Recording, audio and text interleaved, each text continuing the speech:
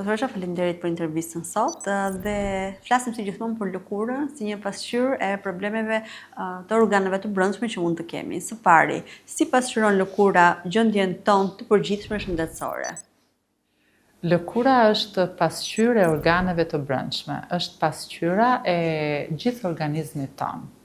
Një lëkurë e shëndetshme në përgjithësi flet për një mirëqenie të organizmit në përgjithësi. Ndërsa shenjat të ndryshme që shfaqen në lëkurën tonë mund të jenë shenjat e para që na bëjnë të kërkojmë për disa patologji të mirëfillta, po nga ndonjëherë edhe për një vuajtje të rëndomt që mund të ndodhë në organizmin tonë. Për shembull, cilat mund të jenë shenjat më të zakonshme që lëkura na jep kur diçka nuk po shkon mirë në trupin tonë? Disa nga shenjat që shfaqen në lëkurë kur kemi patologji ose sëmundje të brendshme janë shumë tipike.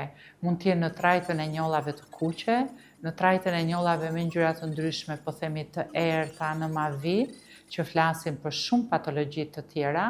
Mund të jenë edhe disa sëmundje që shfaqen në trajtën e eritemave ose të noduseve të ndryshme dhe me anë të këtyre elementeve, duke hulumtuar, neve zbulojmë sëmundje shumë të rënda të organizmit.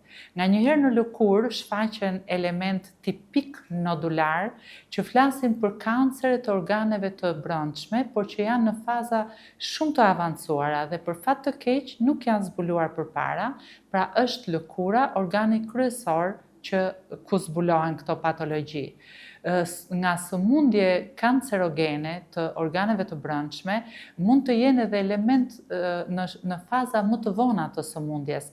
Pra kur janë zbuluar sëmundjet bazë, janë trajtuar me ndërhyrje kirurgjikale, radioterapi ose kemioterapi dhe në një fazë më të vonë, në një fazë të dytë, shfaqen elementët sekondar të sëmundjes bazë, pra të kancerve, kryesisht të kancerit të gjirit, të kancerit të stomakut, të limfomave të ndryshme, të sëmundjeve të ndryshme kancerogene të gjakut kryesisht. Por, në lëkurë mund të shfaqen edhe element që tregojnë ose sëmundjet e lëkurës, të cilat në fazat të caktuara mund të përkeqësohen për arsye të një sëmundje që është zhvilluar në organizmin e këtij pacienti dhe sëmundja e lëkurës bazë shfaqet dhe është shumë më e agravuar, më e rëndë dhe nuk dominohet nga mjekimet që neve përdorim zakonisht për këtë lloj patologjie dermatologjike. Pra dhe në këtë rast neve shpeshherë zbulojmë sëmundje të rënda të lëkurës.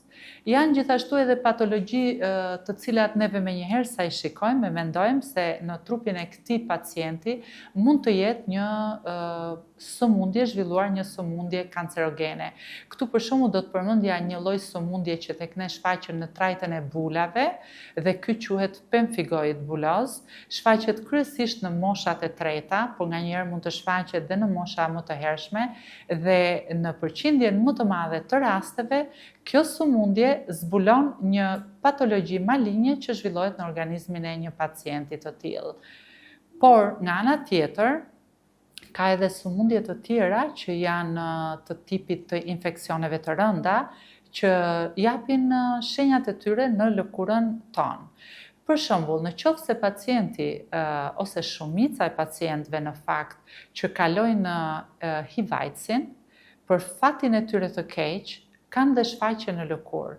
Shfaqjet në lëkurë mund të jenë në stadin e parë dhe për arsye të këtyre shfaqjeve mjeku dermatolog e zbulon që ky pacient është i prekur me këtë lloj virusi vdekjeprurës, ndërsa në raste të tjera shfaqet, zbulohet, trajtohet nga infeksionistët patologjia bazë dhe në faza të ndryshme të sëmundjes shfaqen element të ndryshëm ose sëmundje të ndryshme të lëkurës, por që për atipizmin e tyre të bëjnë të mendosh se është i kompromentuar edhe sistemi imunitar. Pra, kemi të bëjmë me një HIV-AIDS që mund të jetë në faza të ndryshme të zhvillimit të tij.